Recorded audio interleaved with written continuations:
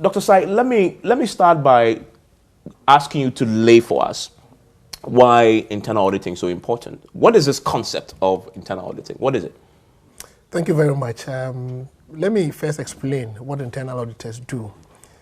You know, in this part of the world, when we talk about auditing, many people look up to external auditing.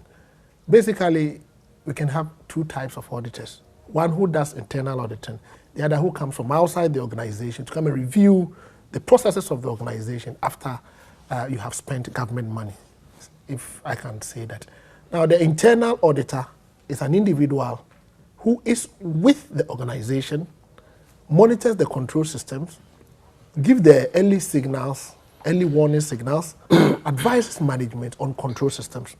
If there are areas of management function that are not supposed to go the way it's supposed to go, it is the duty of the internal auditor to draw management's attention. So it is like a service function to management. Now, if the internal auditor gives the early warning signals and management refuses to listen to the internal auditor, then it accumulates. Under our laws, the internal auditor is expected to conduct auditing on a quarterly basis.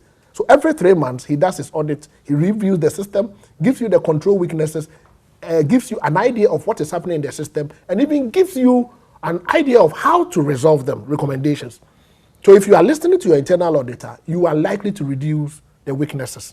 If you fail to do that, then at the end of the year, an external auditor would come.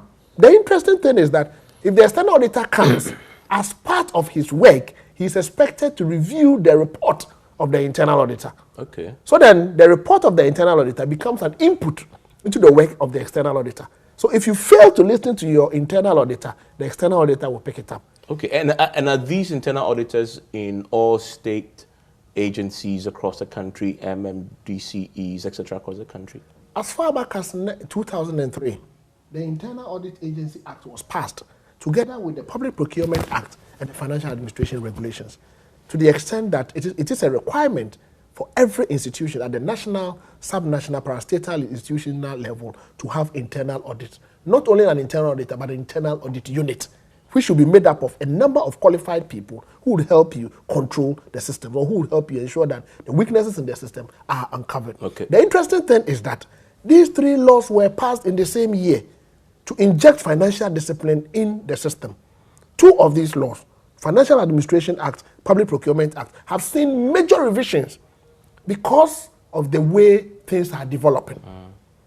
Ask anybody what has become of the Internal Audit Agency Act, and that is where the challenge is. An act that was passed with a number of acts, PPA and then the FAA. Today we have the Public Financial Management Act. Today we have amended or reviewed the Public Procurement Act, but the Internal Audit Agency Act is as it is. You know, so the profession is not growing because we are not laying emphasis on it. But if we are able to support it, to reposition it, I can tell you that all the infractions the external auditor will come to expose may have been resolved before he comes in.